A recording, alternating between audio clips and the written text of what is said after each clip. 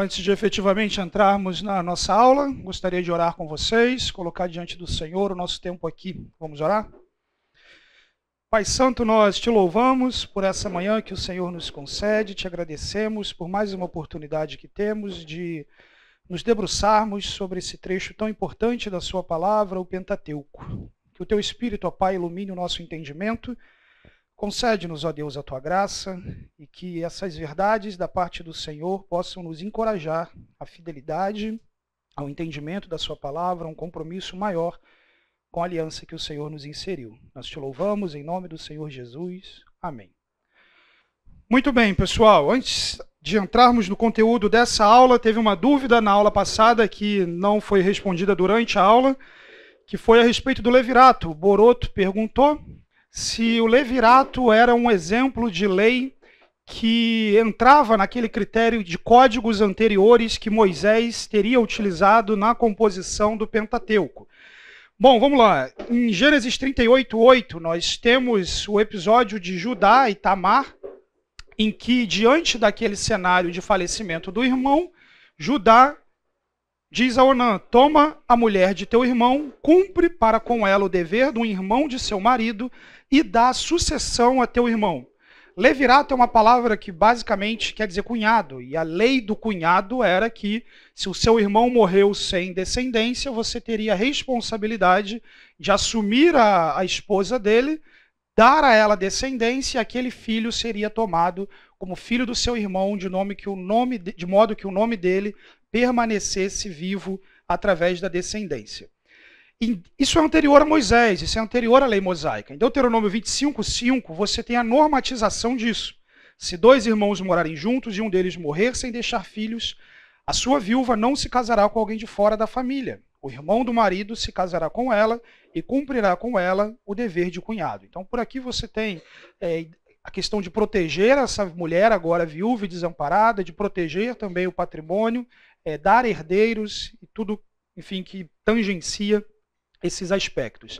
Então, objetivamente, sim, o levirato ele faz parte de um conjunto de leis que já existia anterior à lei mosaica.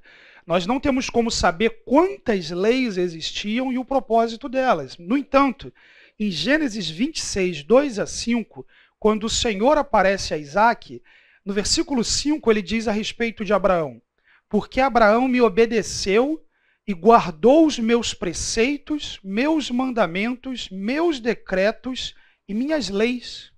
Olha que curioso, todos esses termos empregados aqui são termos que no Pentateuco e fora dele serão utilizados para descrever a lei mosaica. No entanto, elas estão aqui sendo descritas para apresentar um código legal que Abraão tinha acesso, que Deus olhava para aquilo e dizia que a obediência de Abraão àquelas leis era submissão a ele, mas que não era a lei mosaica. Onde isso estava, qual era o conteúdo dessa lei? Moisés teve acesso à totalidade disso quando recebeu, por exemplo, os toledotes, que falamos na semana passada? Não sabemos. Mas o fato é que Deus diz que Abraão obedeceu a minha Torá, né, as minhas leis.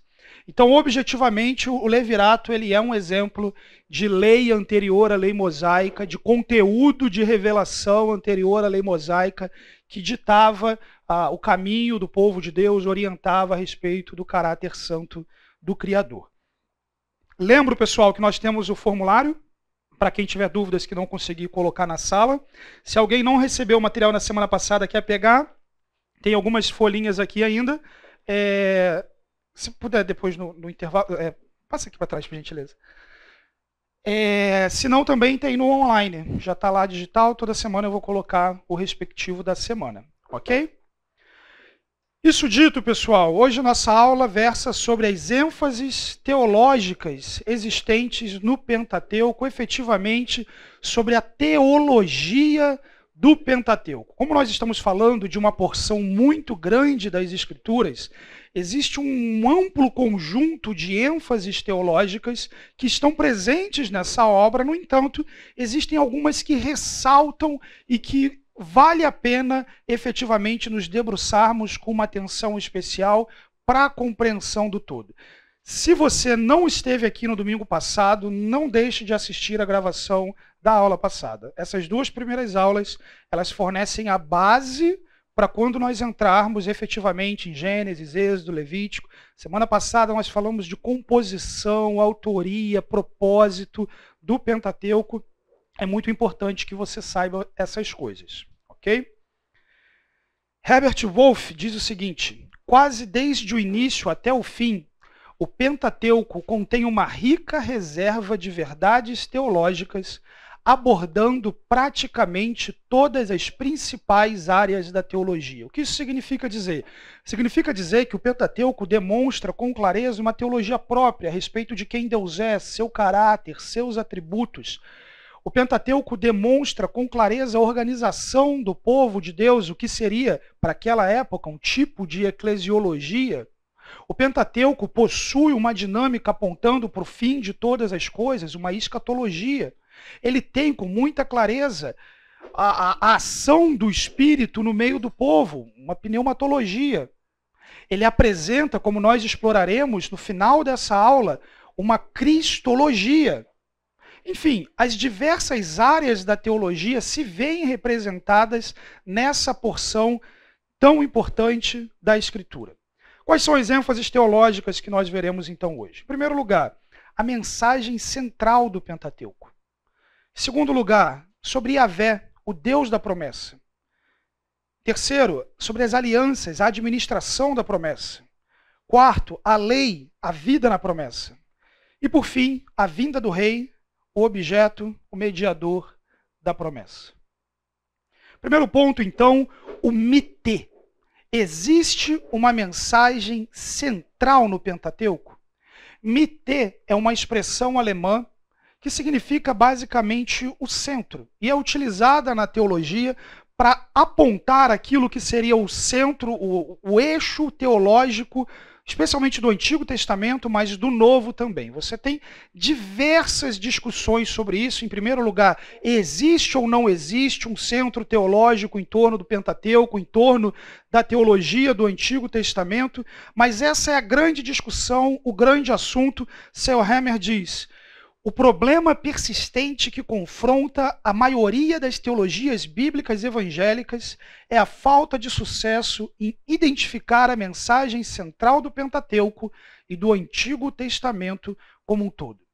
Por mais que o desafio seja grande, por mais que o debate ferva, entendo que seja absolutamente importante refletirmos a ação de Deus na inspiração do texto, chamando a atenção para alguns elementos essenciais.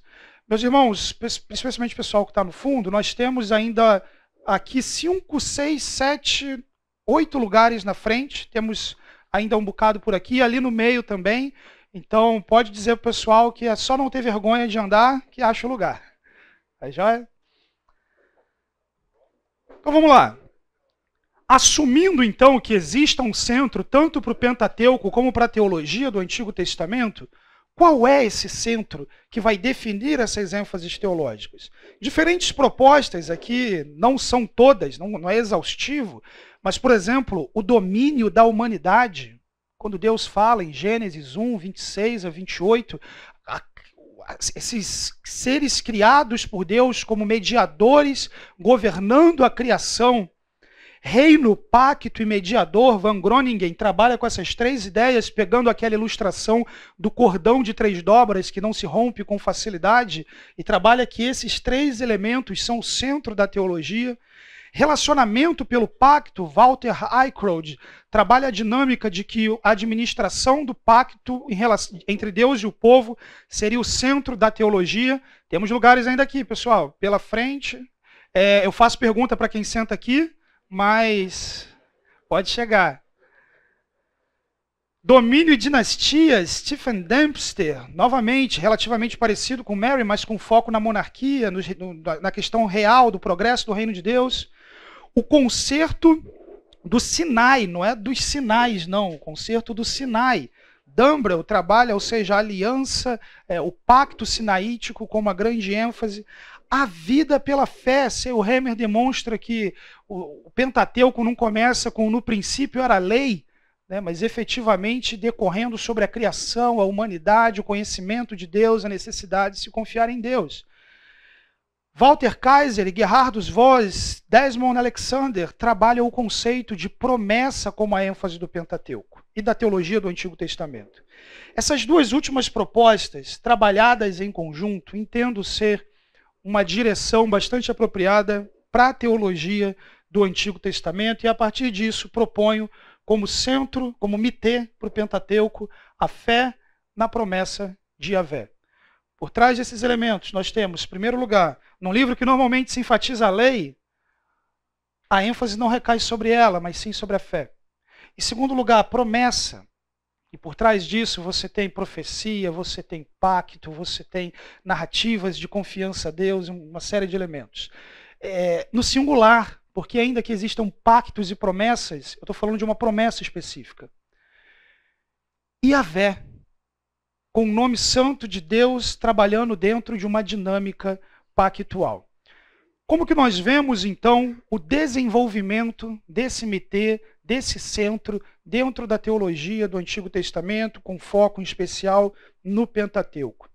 Em primeiro lugar, Gênesis capítulo 3, versículo 15, na situação das maldições que o Senhor apresenta em decorrência da queda, o Senhor, uma dessas maldições, Deus proclama contra a serpente, e ele diz: porém inimizade entre você e a mulher, entre a sua descendência e o descendente dela, este lhe ferirá a cabeça e você lhe ferirá o calcanhar.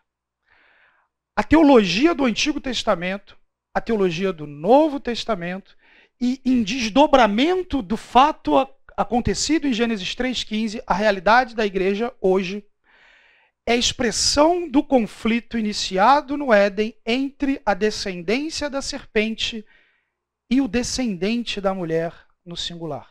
Entre a movimentação universal contrária ao descendente da mulher e o descendente da mulher que, por fim, fere a cabeça da serpente e, dessa forma, reverte os efeitos da maldição. Como essa reversão acontece? Em primeiro lugar, através da manutenção da vida. Quando no dilúvio a vida no mundo é colocada debaixo de juízo, Deus estabelece uma aliança, e nós vamos explorar um pouco mais sobre o conceito da aliança com Noé. Em segundo lugar, a formação do povo. O descendente abençoador com Abraão. As bênçãos da fidelidade, proteção e prosperidade para o povo de Israel. A conquista da terra prometida. E o rei libertador, que eu não vou colocar uma referência aqui, porque nós vamos dedicar um bloco inteiro da aula para poder falar sobre isso. Por trás de tudo isso aqui, gente, aula que vem nós vamos explorar bem a questão de Gênesis, mas o tempo inteiro, a semente sobre ataque, o tempo inteiro, a semente sendo preservada, o tempo inteiro, a semente sendo direcionada como propósito para a formação do povo, que abençoa as nações, que efetivamente mergulha o povo na esfera da fidelidade de Yahvé, do pacto, da aliança, e cuja desobediência de Israel ao pacto os tira da terra, os tira da esfera da bênção e proteção de Deus, mas diante da promessa de que essa semente vai efetivamente operar uma libertação final. E essas intenções de Deus declaradas desde Gênesis 3,15 seriam vistas por toda a terra. Se esse é o centro do Pentateuco, o centro da teologia do Antigo Testamento, a fé na promessa de Deus, convém então observarmos quem é esse Deus. Como o Pentateuco, de forma, obviamente, no tempo que temos mais estrita, trabalha o conceito de Yahvé, aquele que promete, aquele que faz efetivamente as promessas ao povo. Assim que entramos no Pentateuco, abrimos a porta do Pentateuco, nos deparamos com essa informação: no princípio Deus criou os céus e a terra. Existe um debate se essa primeira seção ela já é efetivamente a narrativa ou se ela é um título do Pentateuco. No princípio Deus criou os céus e a terra. E aí começa a narrativa da criação. A terra era sem forma, vazia, até desenvolver todo o relato da criação. Normalmente quem vai por essa direção entende, por exemplo, quando Isaías fala de que Deus não criou a terra para ser inabitada, sujeita ao caos, mas sim com um propósito definido. Mas Gênesis apresenta Deus como Criador. Diante daquela realidade, da realidade que aqueles indivíduos viviam, mergulhados em cosmogonias, mitologias de criação, oriundas especialmente do Egito, mas também dos povos cananeus, que atribuíam a criação do mundo a elementos profundamente caóticos, ao conflito entre deuses, à escravidão da humanidade. Gênesis começa dizendo que Deus criou o mundo simplesmente porque ele criou. Não aconteceu por acaso, não foi simplesmente uma consequência de um ato anterior de Deus, não. Ele criou o mundo porque ele quis criar o mundo. E ao criar céus e terra, efetivamente, o Pentateuco introduz essa obra, já deixando claro que o que se encontra nos céus, o que se encontra na terra, não é Deus, porque eles foram criados por Deus. O decorrer da narrativa, toda a segurança cultural e teológica que os povos do Antigo Oriente Médio teriam em torno das suas divindades é colocada à prova à medida que tudo aquilo que seria tido como um Deus é tido como elemento da criação aqui de Elohim, ainda não utilizando o termo Yahvé. Não somente ele é o criador de todas as coisas, o criador da humanidade, aquele que é soberano sobre o mundo criado, como ele é o Deus único. Novamente, a condenação em torno do politeísmo, do paganismo preponderante naquele cenário. Deuteronômio 6, 4 e 5, o Shema. Ouça, ó Israel, o Senhor, o nosso Deus, é o único Senhor. Ame o Senhor, o seu Deus, de todo o seu coração, de toda a sua alma, de todas as suas forças. Aquilo que, na realidade, pós-Éden passa a ser perdido, pós-dilúvio passa a ser perdido, a realidade da compreensão de Deus como um Deus único é resgatado no pacto com Moisés como norma para o povo. Ouça, ó Israel. E por trás do chamado de ouça, o imperativo na língua hebraica é obedeça. Obedeça, porque o Senhor vosso Deus é o único Senhor. Esse texto é a base, a revelação principal em torno do monoteísmo, da existência de um único Deus. O fato do Senhor ser o único Senhor, e isso enfatiza tanto esse elemento de singularidade, como esse elemento de preeminência. Você não encontrará Senhor em outro lugar. Obedeça isso, porque se colocar debaixo de qualquer outro Senhor é estar em oposição àquele que é o único Senhor. Por isso ame o Senhor, seu Deus, de todo o seu coração, de toda a sua alma, de todas as suas forças. Esse Deus único, ele se revela. Êxodo capítulo 6, versículos 2 a 3, a palavra de Deus nos diz: Disse Deus ainda a Moisés: Eu sou Yahvé. Apareci a Abraão, a Isaque e a Jacó como El Shaddai, mas pelo meu nome, Yahvé, não me revelei a eles. Eu quis colocar, sem estar traduzido ali, justamente para vocês perceberem o jogo de palavras. Se você ler as narrativas dos patriarcas, de modo geral eles vão se referir a Deus através de El, Elohim, ou construções a partir de El, como El Shaddai. No entanto, você identifica os patriarcas utilizando o nome Yahvé também. E aí isso gera um debate. Algumas pessoas vão colocar dentro da conversa que nós tivemos na aula passada, justamente como fontes diferentes. Olha, tá vendo? Essa fonte aqui disse que os patriarcas não conheciam Yahvé, mas essa fonte aqui coloca os patriarcas falando Yahvé. Efetivamente, a razão para isso é, sobretudo, composicional. Nós trabalhamos que quando o Pentateuco utiliza Elohim, ele tem uma razão teológica de universalidade por trás dessa expressão. E quando ela utiliza Yahvé, ela tem uma razão teológica por trás da ênfase pactual. Além disso, é possível que a revelação de Deus a Moisés não seja simplesmente a revelação de um nome, mas a mudança de uma experiência em relação a esse nome.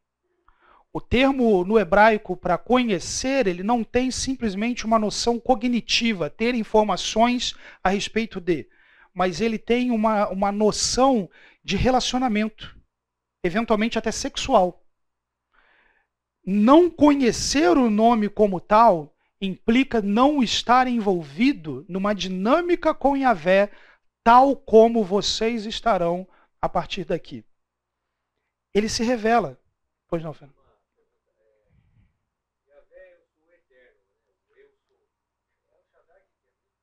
É o Todo-Poderoso. Deus Poderoso. Seria isso. E Yahvé também, gente, a gente está usando a expressão aqui, mas a gente não tem 100% de certeza, tá? Que essa é a tradução do nome, porque o nome santo de Deus ele se perdeu, né? O significado específico pelo excesso de piedade. O pessoal ficou com tanto medo de pronunciar o nome que agora já era. Mas Iá dá para saber que é, né? Você tem a contração do nome de Deus para Iá. É bastante provável que seja Yahvé. E Jeová basicamente é o tetragramaton, YHWH, com as vogais de Adonai. E aí vira Jeová. Jeová vira Jeová. Então seria isso. Então Jeová já é uma tentativa de não falar o nome santo de Deus, quando o cara lesse. Ele também é o Redentor. No hebraico você tem a expressão Gaal, que significa redimir, resgatar, libertar, vingar. Ela aparece com frequência no Pentateuco. Por exemplo, em Levítico, a terra poderia ser resgatada em caso de pobreza. Você ficou pobre, você precisou vender sua terra, você se sujeitou a uma opressão. Mas alguém resgata essa terra. Ou mesmo você consegue condições de resgatar essa terra que foi perdida por esse cenário de empobrecimento. Ainda em Levítico 25, uma das formas de resolver a pobreza era se tornar escravo de alguém. Então, o SPC de antigamente era trabalhar na lavoura. Então, você ficou devendo, você se vende como escravo, você paga a dívida com o seu trabalho. Essa é a dinâmica do mundo antigo. A teologia do Pentateuco, pessoal, é sempre reparação. Tá bom? Sempre reparação. Você matou, você morre. Você roubou, você paga. Você não pode pagar, você trabalha. Sabe uma coisa que a gente não percebe? Não tem cadeia. Não tem cadeia no Pentateuco. Você pagou, você fez errado, você resolve o problema que você arrumou. Não tem cadeia, não tem dívida pública para pagar a vida do criminoso.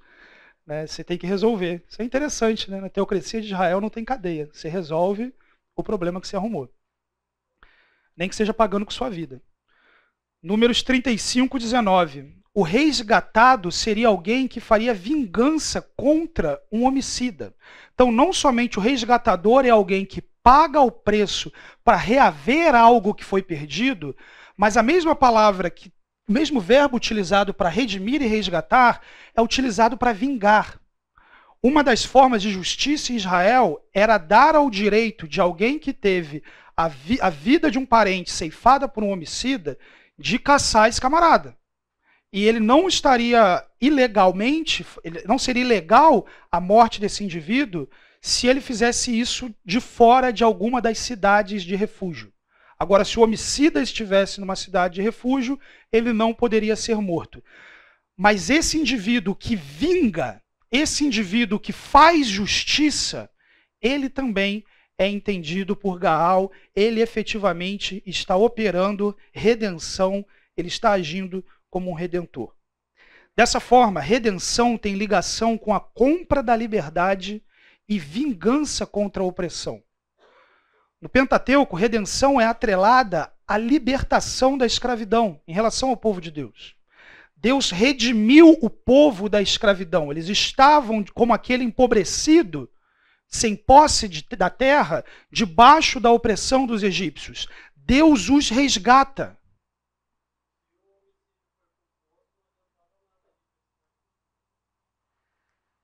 Sim, é doloso no caso, né?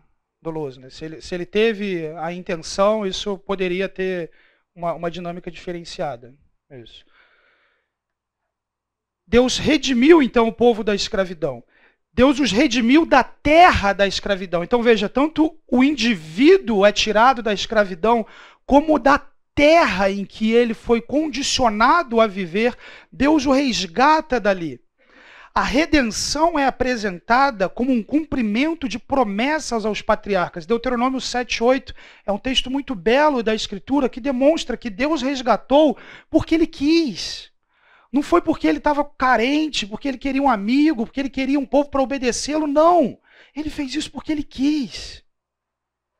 A redenção no Pentateuco torna-se um tipo para os atos redentores de Deus, especialmente nos livros proféticos. Isaías, dentro dessa perícope 41:14 a 63:16, usa 13 vezes o termo redenção, e aqui aplicada ao Messias muitas vezes. Em 63:4, Isaías nos diz: porque o dia da vingança estava no meu coração e o ano da redenção havia chegado.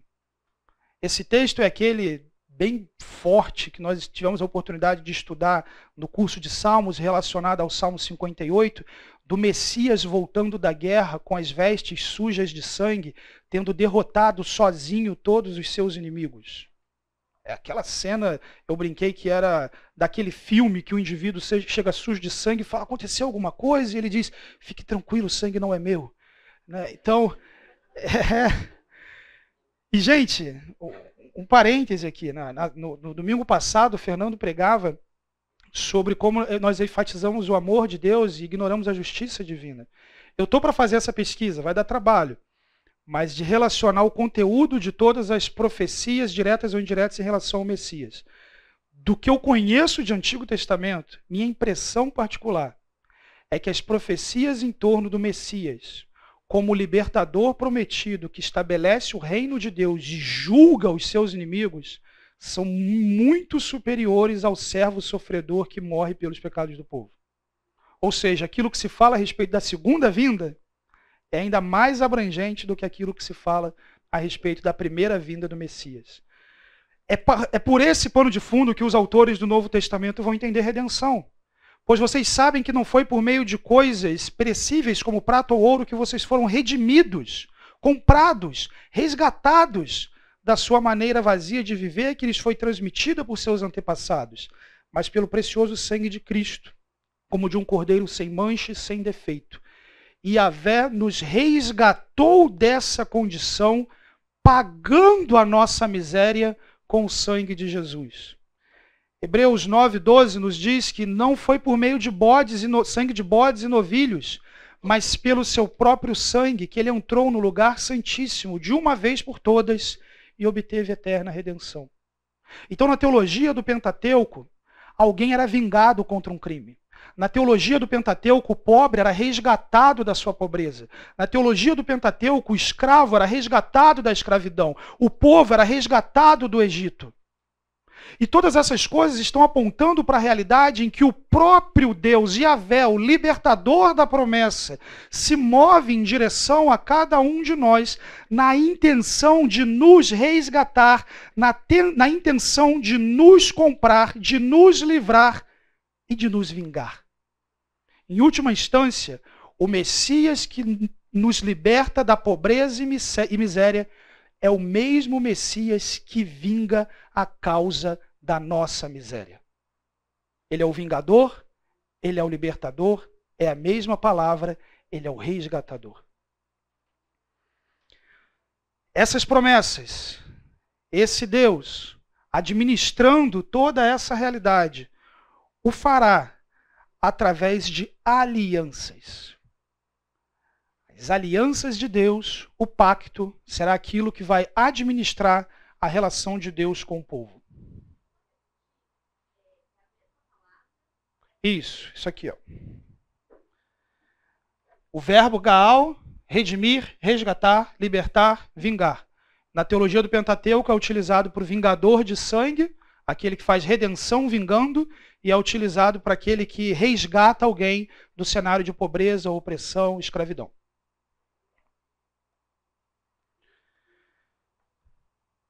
As alianças, então, no Pentateuco, a administração da promessa, nós não vamos explorar todas as alianças da Bíblia, mas sim as alianças no Pentateuco. Na foto ali você tem o Tratado de Cádiz, de Kadesh, que narra um tratado de paz por parte do Egito.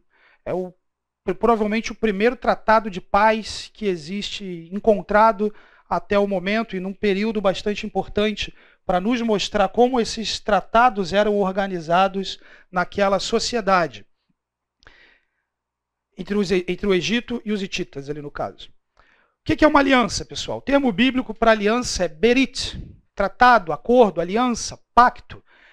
A demonstração de um berit, de uma aliança, dentro do Pentateuco, segue majoritariamente a estrutura dos tratados, tal como aquele que estava na foto anterior, dos tratados de suzerania e de vassalagem presente no meio dos hititas. Esses tratados eles possuíam 6 elementos. Em primeiro lugar, um título. E nesse título estariam presentes ali as partes envolvidas. É Yahvé e Abraão, por exemplo. Pacto que vai acontecer entre eles. Um prólogo histórico. Então pega, por exemplo, os textos de Deuteronômio. Eu sou o Senhor que o tirei da casa da servidão, que libertei vocês de lá, que conduzi vocês pelo deserto com sinais, com maravilhas. Um prólogo histórico. Estipulações, exigências do pacto. Então, Israel, você vai ensinar os seus filhos a guardar essa lei, e a lei é tal. Vocês precisam obedecer essa lei, viver, enfim, as exigências, as estipulações do pacto. Cláusulas que demandam exigência e preservação. Essa lei vai ser guardada em tal lugar, você vai repeti-la para o povo de tanto e tanto tempo, de tal e de tal jeito. Uma lista de deuses e testemunhas. Então, quem são as divindades? Novamente, nós não estamos falando somente dos tratados que acontecem dentro do Pentateuco, mas no geral. Então, eu, o Senhor, tomo como testemunha, eventualmente não somente Deus, mas os céus e a terra, o mundo criado, é tomado como testemunha. E seguida de bênçãos e maldições. Se você for fiel a essa aliança, eu, Senhor, vou te livrar dos seus inimigos, suas mulheres serão férteis, o seu campo será abençoado, vocês vão conquistar a terra. E maldições. Se vocês não forem fiéis, vocês vão ser conquistados, vão para uma terra que vocês não conhecem, o campo de vocês não vai produzir o trigo, enfim. Maldições, bênçãos e maldições. Na esfera entre seres humanos, isso aqui acontecia da seguinte forma. Eu sou um grande rei. Você é um povo menor do que eu. Tem 2 formas da gente resolver essa situação. Eu quero a tua terra. Eu posso chegar e te atacar, e te dominar. Eu muito provavelmente vou ganhar. Mas vai dar trabalho, eu vou perder gente, eu vou gastar dinheiro. Mas eu posso chegar para você e falar para você o seguinte. Minha turma está ali. Quer ser meu vassalo? Uma vez que você se torne meu vassalo, você está envolvido numa aliança, você está envolvido numa aliança comigo. Se você for um vassalo fiel, eu te abençoo, eu te protejo, eu luto as suas guerras. Se você for um vassalo infiel, eu te destruo, eu fortaleço teus inimigos. Num tratado de suzerania, de vassalagem, o suzerano se apresenta como aquele que protege, liberta e conduz. E o vassalo se apresenta como aquele que obedece às estipulações do suzerano e vive em fidelidade pactual com ele, desfrutando das bênçãos decorrentes desse pacto, dessa aliança. Então, quais são as alianças que nós observamos dentro do Pentateuco? E eu gostaria que vocês tentassem fazer o esforço de perceber se tem ou não esse tipo de coisa. Tá bom? Uma discussão, existe uma aliança com Adão? Gênesis 1, 28 nos diz, Deus os abençoou e lhes disse, sejam férteis e multipliquem-se, encham e subjuguem a terra, dominem sobre os peixes do mar, sobre as aves do céu, sobre todos os animais que se movem pela terra. No primeiro momento, nós temos uma fotografia da ação de Deus com Adão, o envolvendo em uma esfera de responsabilidade, de ordem. existe algo que você precisa fazer, que você precisa obedecer. E esse algo, multiplicar, encher a terra, subjugar. Exercer o papel de um regente sobre a criação. Capítulo 2, 15 a 17. O Senhor Deus colocou o homem no jardim do Éden para cuidar dele e cultivá-lo. E o Senhor Deus ordenou ao homem: coma livremente de qualquer árvore do jardim, mas não coma da árvore do conhecimento do bem e do mal, porque no dia em que dela comer, certamente você morrerá. Gênesis 2, 15 a 17, novamente é enfatizado a responsabilidade do ser humano como regente da criação em cultivar e cuidar, em administrar aquele jardim. Mas não somente isso, é colocado diante do homem o risco da maldição. Você não é só algo que você deve fazer, mas algo que você não deve fazer. Comer desse fruto. Se você fizer isso, você vai sair da esfera em que você desfruta dessas bênçãos e você vai entrar numa esfera em que certamente você morrerá. Quando nós olhamos para o que tem em Gênesis da relação entre Deus e os primeiros pais, nós não encontramos todos os elementos existentes num tratado de suzerania. Existe uma série de elementos que não estão presentes lá. E por essa razão, alguns teólogos, uma parte daqueles que lidam com essa temática, entendem que não existem elementos suficientes no Pentateuco para dizer que Deus tinha uma aliança com Adão. No entanto, a relação de Deus com Adão possui algumas características dos tratados de suzerania. Bênção e maldição, a estipulação de governo sobre a criação, a criação dos seres humanos tomando como testemunha, e aqui já numa perspectiva cristã, as pessoas da Trindade. Então, há alguns elementos que caracterizam uma aliança. Mas para efetivamente fechar isso, a gente precisa ir além do Pentateuco, e um pouco além do Pentateuco, e depois além do texto de Gênesis 1 e 2, e entrar um pouco no texto de Oséias. Oséias tem uma descrição bastante interessante da atitude do povo em insubmissão à aliança mosaica. Em Oséias 6,7 ele diz: mas eles transgrediram a aliança, como Adão, eles foram infiéis a mim. Olha que curioso. Ainda que o texto de Gênesis não explore com muita clareza o conceito de aliança, Oséias dá a entender que a violação do pacto por parte do povo é associado, como de forma comparativa, à violação do pacto por parte de Adão. Algumas traduções colocam: em Adão eles foram infiéis, na cidade de Adão. Isso não está no texto hebraico, não tem cidade de Adão nenhuma no texto hebraico, isso é cabeça do tradutor. Como Adão. Algumas traduções, isso não está errado, em Adão.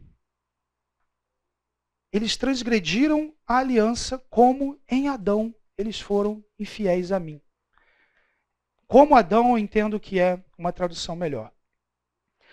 Além disso, como nós podemos avançar nesse entendimento de uma aliança com Adão?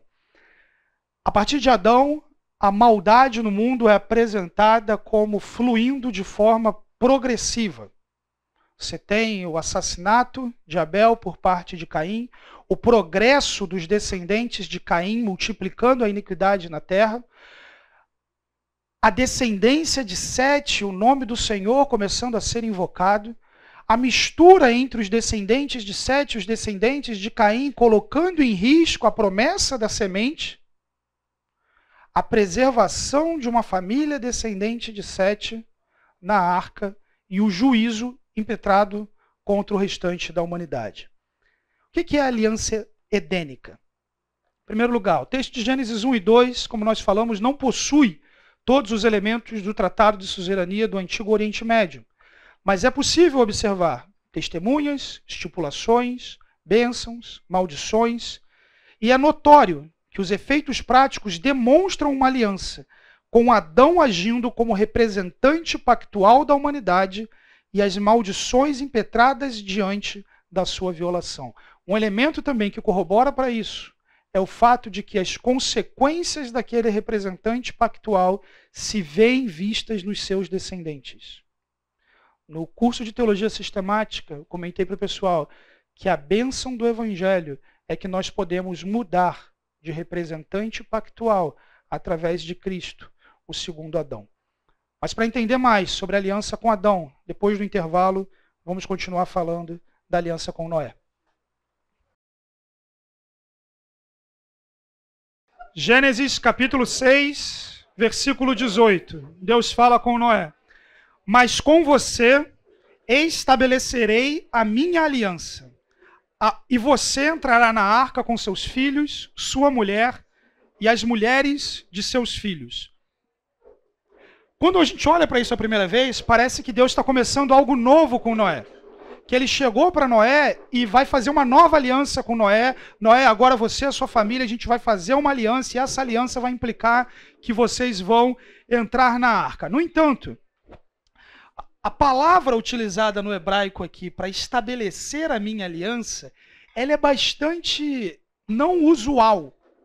O termo no hebraico para fazer uma aliança não é nem fazer uma aliança, é cortar uma aliança.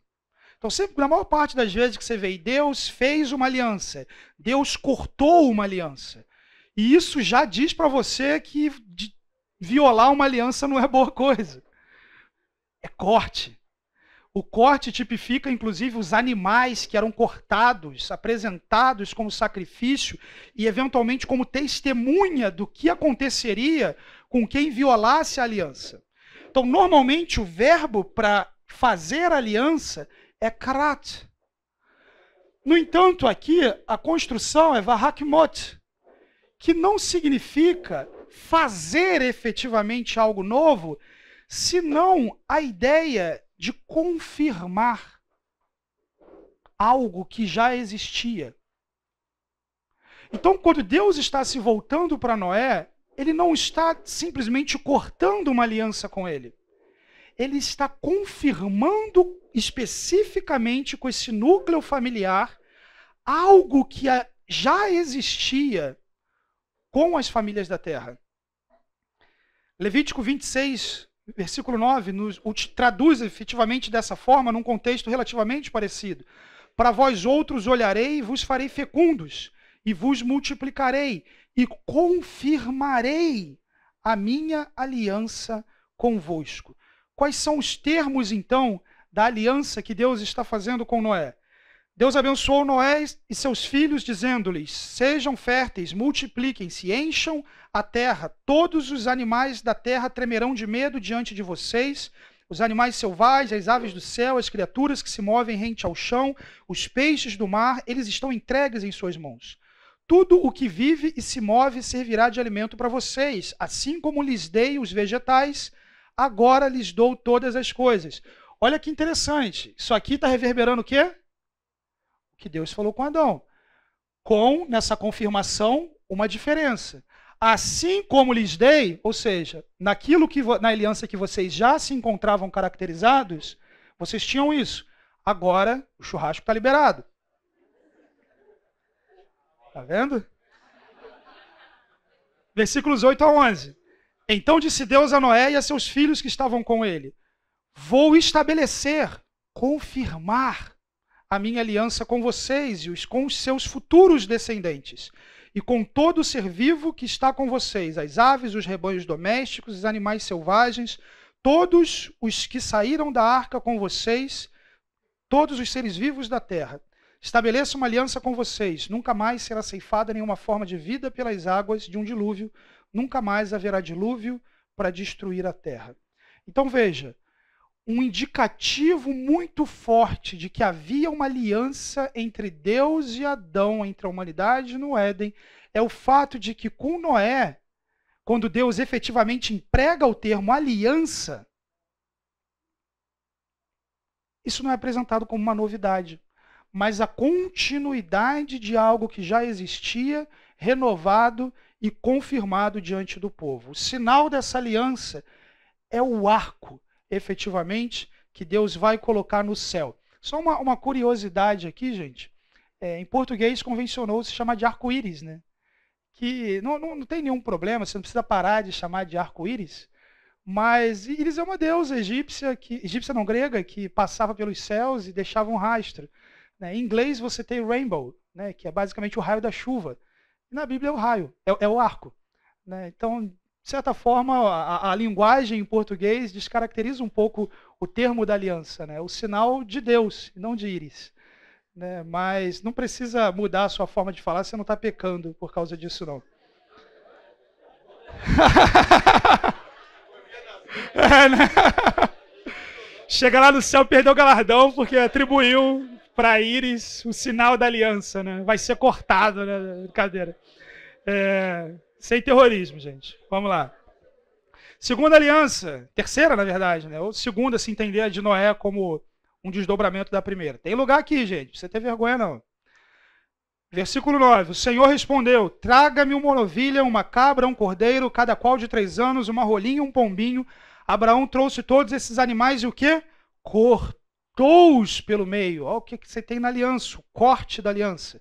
E pôs as metades uma diante das outras, as aves, porém, não cortou pelo meio. Aves de rapina desciam sobre os cadáveres, porém Abraão as enxotava. Ao pôr do sol, um profundo sono caiu sobre Abraão. Muito obrigado, eu sempre esqueço disso. Pessoal, se você não assinou seu nome semana passada, coloca na lista. Aconteceu algo que nunca tinha acontecido antes. Normalmente, quando acaba, o pessoal escreve atrás, mas o pessoal parou de escrever. Então, isso é importante para definir cadeira, quantidade de coisa na sala, para o Fábio lá, tá joia? Ah, então a culpa foi de quem está no meio. Levanta a mão aí, que é brincadeira. Vai chegar aí, tá bom, gente? Tá, tem 2 listas hoje. Então essa daqui mantém nessa fileira, essa daqui mantém nessa. Ao pôr do sol, um profundo sono caiu sobre Abraão, e grande pavor e densas trevas tomaram conta dele. Então o Senhor lhe disse: fique sabendo com certeza que a sua posteridade será peregrina em terra alheia, será reduzida à escravidão e será afligida durante 400 anos. Mas eu castigarei a nação que os escravizar. Depois eles sairão com muitas riquezas. E você irá para junto de seus pais em paz, será sepultado em boa velhice. Na 4ª geração voltarão para cá, porque a medida da iniquidade dos amorreus ainda não se encheu. Quando o sol se pôs e houve densas trevas, eis que um fogareiro fumegante, uma tocha de fogo, passaram entre aqueles pedaços dos animais. Naquele mesmo dia, o Senhor fez aliança com Abrão, dizendo: a sua descendência dessa terra, desde o rio do Egito até o grande rio Eufrates, a terra dos queneus, dos quenezeus, dos cadmoneus, dos heteus, dos ferezeus, dos refaíns, dos amorreus, dos cananeus, dos girgazeus e dos jebuseus. Olha, essa aliança ela tem alguns elementos interessantes, porque Deus convoca Abrão para a aliança. Abrão monta o cenário para a aliança, mata os bichinhos, coloca tudo ali, para todo o testamento, tudo que caracteriza a aliança. Mas Deus coloca ele para dormir, fala para ele os termos da aliança e passa sozinho no meio dos animais. Parece que ao fazer a aliança dessa forma, Deus está dizendo para Abrão: isso aqui é comigo. É eu que vou fazer essa aliança se cumprir. Eu estou te envolvendo nisso, mas não é você que vai realizar os termos dessa aliança. Eu vou fazer isso acontecer. E, gente, se de fato é assim, o texto dá a entender que é. Se essa aliança depende somente de Deus e não da fidelidade de Abraão, essa terra prometida nunca foi conquistada. Quando você lê Juízes, quando você lê Josué, a extensão de propriedade que Israel conquista nunca alcançou a dimensão geográfica da promessa para Abraão. Eles conquistaram uma parte e depois já bagunçou tudo.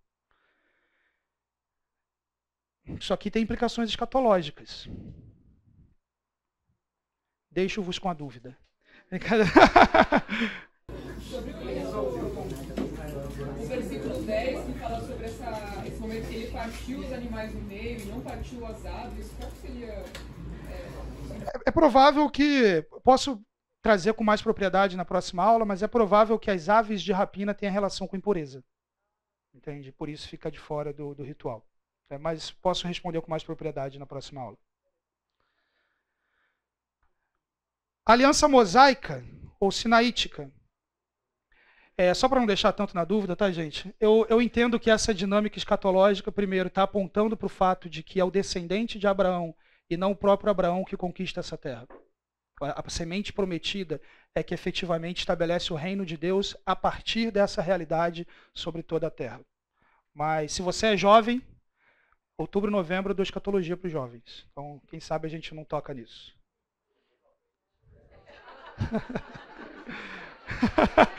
Se você é biologicamente jovem e não de coração, psicologicamente jovem, né?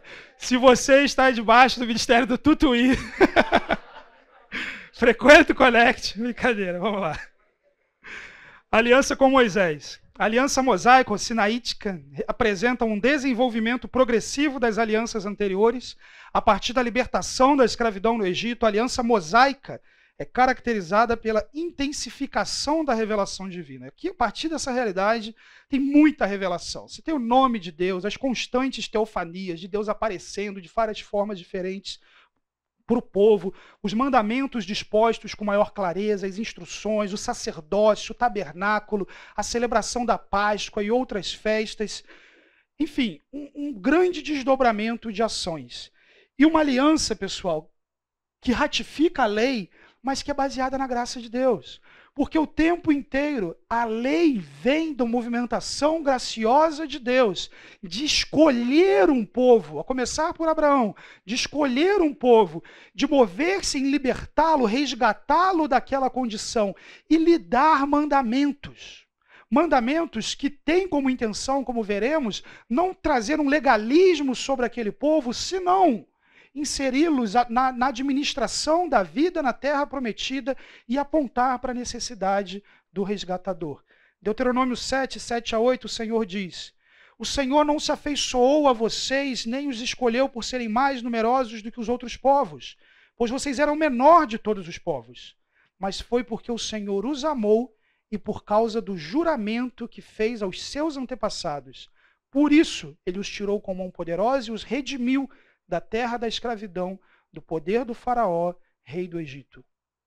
A aliança mosaica, a eleição de Israel, é dada por causa do amor de Deus.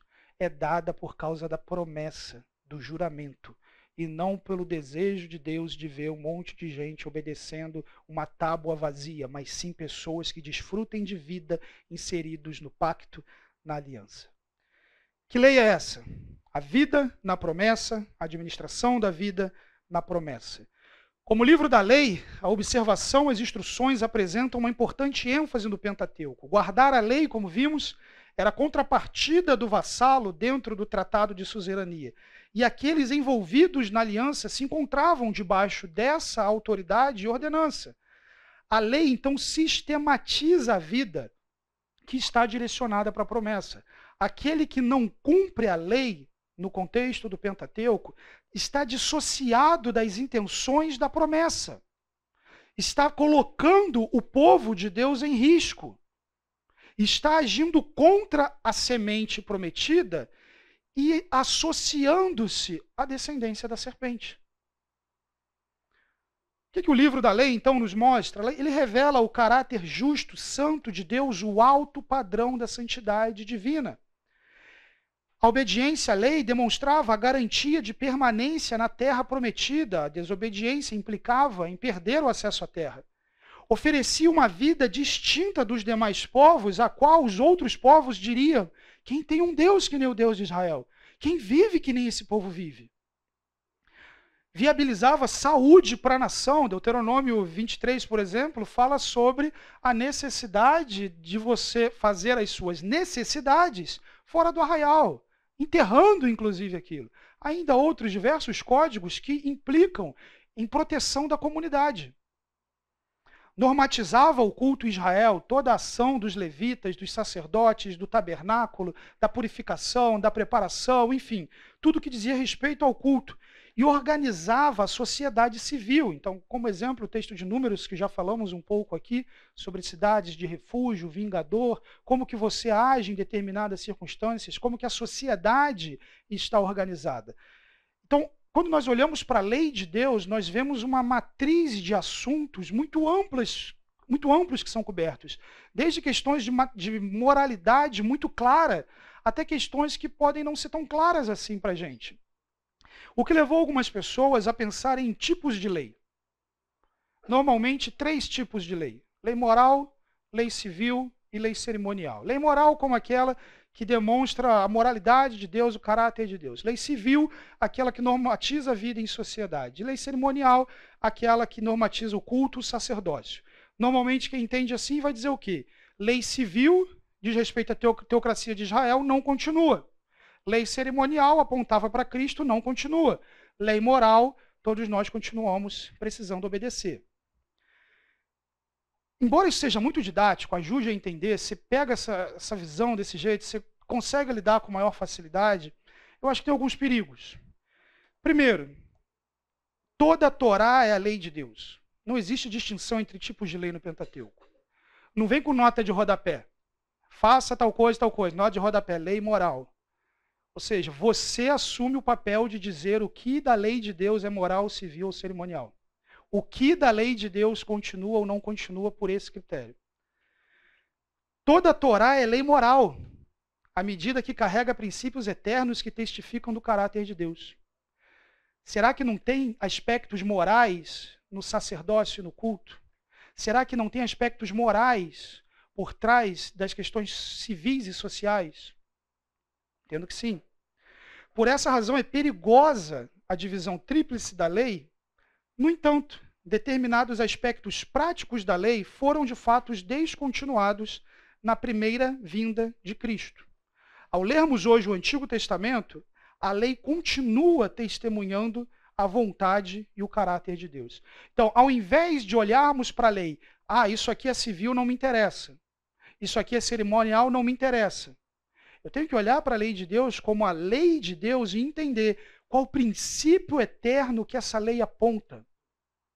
Qual a realidade efetivamente por trás que isso aponta e que tem implicação na minha vida?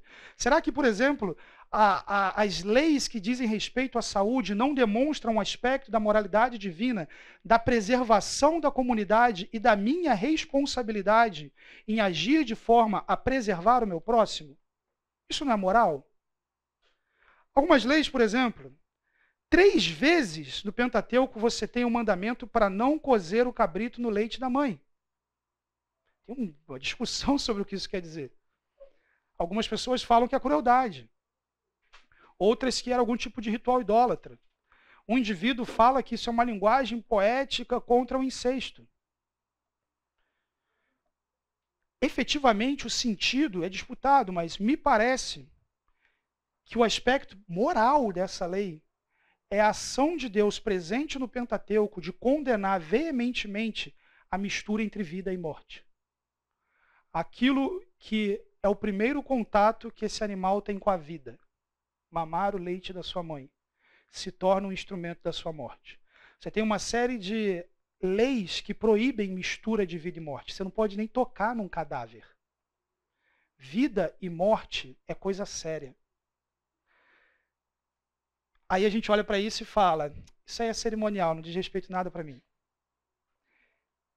Toda a escritura é útil. Toda a escritura é útil para te ensinar, para te instruir, para te corrigir. Não cozer o cabrito no leite da sua mãe chama sim a sua atenção de que você é um servo do doador da vida. E de que da mesma forma que um ato como esse seria hediondo diante de Deus, foi uma morte que te resgatou e que te garantiu a vida, a morte do seu Salvador. O doador da vida encara a realidade da morte. Então veja, a lei de Deus não é para ser rejeitada simplesmente como algo, isso é do passado, está falando um monte de coisa aqui sobre cor de roupa, isso não quer dizer nada para mim, sobre como construir tabernáculo.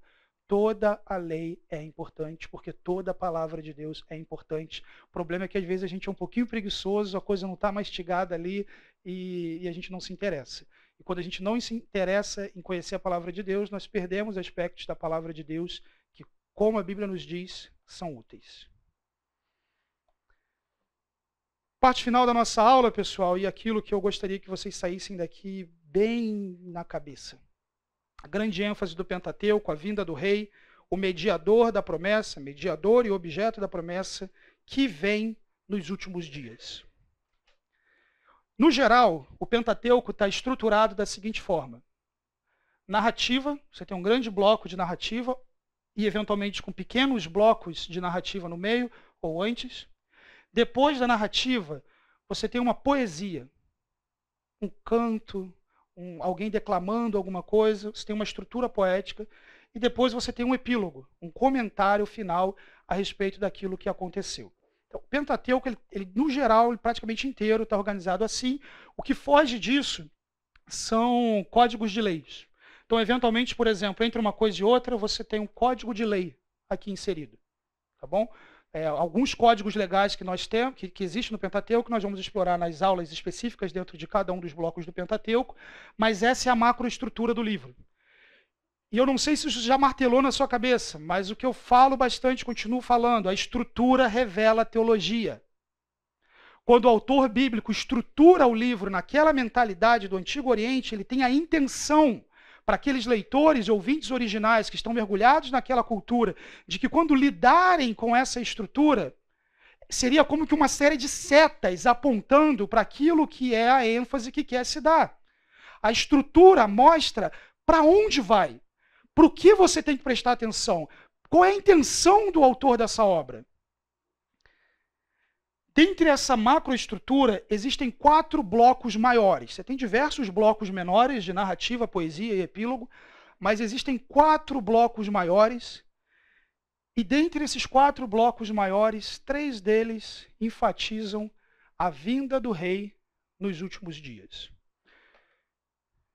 O primeiro desses blocos, Gênesis 4 a 48, é o bloco de narrativa, seguida de Gênesis 49, 2 a 27, a poesia, e o epílogo no final de Gênesis. Gênesis 1 a 3, mesma estrutura, narrativa, poesia, epílogo. Êxodo 1 a 15, narrativa, 15, 1 a 18, poesia, logo em seguida, o epílogo. Números 11 a 24, narrativa, 23 a 24, poesia, 24 a 25, epílogo. Deuteronômio 1 a 11, narrativa, código de leis. Deuteronômio 32 a 33, poesia. E então o epílogo de Deuteronômio 34, que falamos rapidamente na primeira aula, mas vamos explorar mais em Deuteronômio, sobre a expectativa messiânica em torno do profeta como Moisés, que ainda não veio. Todos esses blocos de informação, eles têm características em comum. Em primeiro lugar, uma figura central da narrativa, Jacó, Balaão, Moisés, que convoca uma audiência, chama o povo todo para ouvir o que vai ser dito. Proclama aquilo que vai acontecer, não em qualquer momento, mas proclama aquilo que vai acontecer nos últimos dias.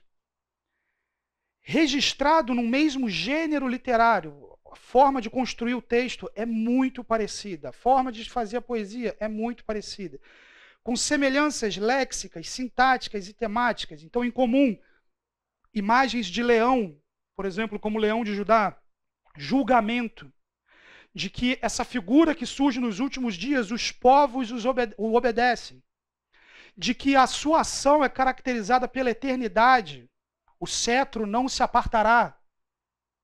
Então, ao longo do Pentateuco, você tem 4 macroestruturas, dessas 4, 3 delas com uma ênfase a respeito de uma figura central proclamando sobre o que acontecerá nos últimos dias através de um indivíduo descendente de Judá, cujo domínio será sobre todo Israel, atingirá toda a terra, os povos lhe obedecerão e esse reino não vai ter fim. As setas do Pentateuco, as estruturas do Pentateuco apontam para isso, para uma estrutura focada no rei. A frase é essa, Be'aharit Hayamim, nos últimos dias. Eventualmente, algumas traduções, e você tem o debate aqui, colocam nos dias vindouros, no futuro. Eu coloquei lá no Google Drive uma comparação de traduções, você pode olhar depois. Porque nos últimos dias é uma tradução melhor para isso daqui, como, por exemplo, Almeida Corrigida e Fiel, Bíblia King James, Revista Corrigida, enfim, diversas traduções colocam também. Porque isso aqui é uma linguagem dos profetas. Quando você lê Isaías, você lê Ezequiel, você lê Daniel, você tem com frequência a linguagem daquilo que vai acontecer nos últimos dias. Não somente isso, mas essa é uma expressão que não é comum no Pentateuco, ela é rara, ela aparece só 4 vezes. Aquilo que vai acontecer nos últimos dias. Então vamos lá, em Gênesis 49, 1, Jacó chamou seus filhos e disse: reuni-vos para que eu possa vos dizer o que vos acontecerá nos últimos dias. Então ele apresenta a bênção aos seus descendentes, e no versículo 10 ele diz: o cetro não se arredará de Judá, nem o bastão de entre seus pés, até que venha Siló, e a ele obedecerão os povos. No primeiro bloco de narrativa, o povo é convocado, a atenção é colocada sobre Judá, e aquele que vem nos últimos dias, o cetro não se arreda de Judá, até que venha Siló, uma expressão de tradução incerta. Os que tentam traduzir colocam como aquele a quem é de direito. Até que venha aquele que é o dono desse cetro. E a ele os povos obedecerão. Em Números 24, nós temos a profecia, os oráculos de Balaão. No versículo 14 ele diz: e agora eis que vou o meu povo, portanto vem, e eu te advertirei do que este povo fará ao teu povo nos últimos dias. E Balaão vai apresentar toda a narrativa em torno daquilo que vai acontecer nos últimos dias, envolvendo Israel. Alguns elementos de cumprimento ao longo da história e outros elementos que apontam para esse indivíduo, por exemplo, nos versículos 17 a 19. Eu o vejo, mas não agora. Eu o avisto, mas não de perto. Uma estrela surgirá de Jacó. Um cetro se levantará de Israel. Ele esmagará as frontes de Moabe, o crânio de todos os descendentes de Sete. Edom será dominado, Seir, seu inimigo, também será dominado, mas Israel se fortalecerá. De Jacó sairá o governo, ele destruirá os sobreviventes da cidade. Números 24, aquele que vem nos últimos dias, tal como em Gênesis detém o cetro, ele governa e ele destrói os seus inimigos. Então, novamente, aquilo que eu havia comentado, dá ênfase na segunda vinda e não tanto na primeira. Ele destrói os seus inimigos. Versículos 7 a 9, Balaão já havia interpolado: de seus baldes manarão águas, e a sua semente estará em muitas águas, e o seu rei exalçará mais do que Agag. Esse Gog ali a gente não vai conseguir explorar hoje, mas é porque há uma possibilidade aqui de que Ezequiel esteja aplicando isso para Gog, na batalha de Gog e Magog, quando ele faz referência ao conflito final ali da destruição de Gog. Você tem uma versão do Pentateuco que não é o texto massorético, que traz essa variante. É possível, mas não é o tema aqui hoje. Mais do que Agag, e o seu reino será levantado. Deus o tirou do Egito, as suas forças são como as do unicórnio. Consumirá as nações, seus inimigos, e quebrará seus ossos, e com as suas setas os atravessará. Encurvou-se, deitou-se como leão e como leoa. Quem os despertará? Benditos os que te abençoarem, e malditos os que te abençoarem. De onde está vindo isso aqui? Gênesis 12. A promessa. O Pentateuco está apontando que nos últimos dias a promessa feita para Abraão é cumprida naquele indivíduo que é o leão que procede de Judá, que detém o cetro, que governa a partir de Israel, a quem as nações obedecem, a quem os seus inimigos são subjugados. Deuteronômio 31, 29 é dito, Moisés falando: porque eu sei que depois da minha morte, certamente vos corrompereis e vos desviareis do caminho que vos ordenei. Então esse mal vos alcançará nos últimos dias, quando fizeres mal aos olhos do Senhor, para provocar a ira com a obra das vossas mãos. Moisés apresenta que dentro da dinâmica dos últimos dias, o Pentateuco termina dizendo: vocês não vão cumprir isso. A estrutura do Pentateuco está apontando que o povo não vai cumprir a lei. Que logo que Moisés morresse, eles descumpririam com a lei. E qual é a consequência de descumprir a lei? O cativeiro. A perda da terra. Lembra que eu defendi com vocês que o Pentateuco foi escrito por Moisés, que ele passou por edição, por compilação, e que no pós-exílio, diante das expectativas messiânicas, o foco no libertador, essas estruturas apontando para lá, uma ênfase maior se dá sobre isso. No final de Deuteronômio 33, Deus diz a respeito de Judá: ouve, ó Senhor, o grito de Judá, traze-o para o seu povo, que as suas próprias mãos sejam suficientes e que haja auxílio contra os seus adversários.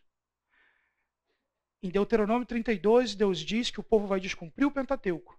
Descumprir a lei de Deus implica no exílio. No final de Deuteronômio, Judá é chamado de volta. Sabe o que é interessante? Que no contexto do cativeiro, o reino do norte ele é destruído. Quem vai para o cativeiro é Judá, porções de Benjamim. O Pentateuco termina dizendo que nos últimos dias, Judá seria chamado. E Deus proveria auxílio contra os seus adversários. A promessa do princípio ao fim. Quando você entra na porta do Pentateuco, você se depara com Bereshit, no princípio. Palavra que rima, isso não é à toa, com Be'aharit, nos últimos dias. Ele te introduz um livro falando do princípio e monta uma estrutura falando do final. E essa estrutura aqui do princípio aponta para o final, demonstra e avança até a consumação a ser realizada nos últimos dias. A gente vai explorar na aula de Deuteronômio.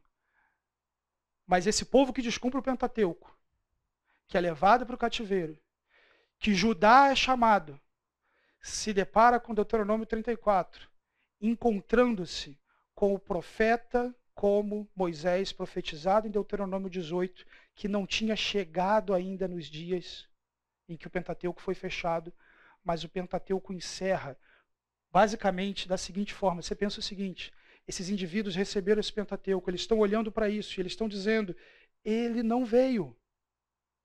O que essa estrutura está dizendo aqui não aconteceu.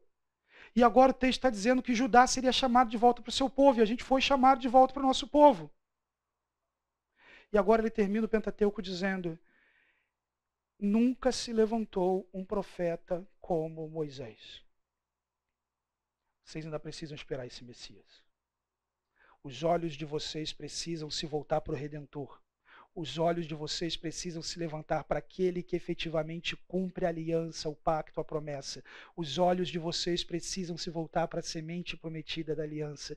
Os olhos de vocês precisam se voltar para aquele que pisa a cabeça da serpente. Os olhos de vocês precisam se voltar para o vingador que vinga o sangue, a opressão, que o resgata da maldição e reverte os efeitos danosos que o representante pactual Adão nos inseriu. Os olhos de vocês precisam se voltar para aquele que não somente é capaz de ler e interpretar a Torá, mas aquele cuja Torá decorre do seu próprio caráter santo. Os olhos de vocês precisam se voltar para aquele a quem todo esse sistema sacrificial, sacerdotes, leis, pureza apontam. Os olhos de vocês precisam se voltar para o descendente de Judá que vem nos últimos dias e que desde o princípio aponta para a nossa redenção. Nesse sentido, o Pentateuco é o livro da esperança. É um livro de escatologia para o povo de Deus. É o livro do Evangelho, da criação, da queda, da redenção, da consumação. E as esperanças escatológicas do Pentateuco se cumprem no Senhor Jesus. Aí você fica pensando, quando Jesus fala, Abraão se alegrou quando viu o meu dia. Porque ele estava aqui, ó. Estava vivendo tudo isso. Vamos orar? Em seguida, eu vou deixar aberto para algumas perguntas, me recupero para isso. Os dias chegaram, pessoal. Os últimos dias chegaram. O Novo Testamento entende que nós estamos nos últimos dias. Os dias chegaram. Isso é um alerta e um consolo. O descendente de Judá está perto. Vamos orar? Senhor Deus, nós te louvamos essa manhã pela imensa graça, poder, sabedoria que decorre da palavra do Senhor. Te agradecemos pela esperança escatológica que o Senhor nos concede, pela reversão da maldição, pela bondade e graça do Senhor. E clamamos, ó Deus, que essa esperança escatológica que temos já desde o princípio, possamos desfrutar e nos alegrar como Abraão, em desfrutarmos daquilo que o Senhor nos tem inserido na esfera da nova aliança. Que não sejamos negligentes, como povo descrito no Pentateuco, mas que possamos celebrar a vinda do Rei e, como teus servos, teus vassalos, teus filhos, possamos te honrar e obedecer. Em nome do Senhor Jesus. Amém.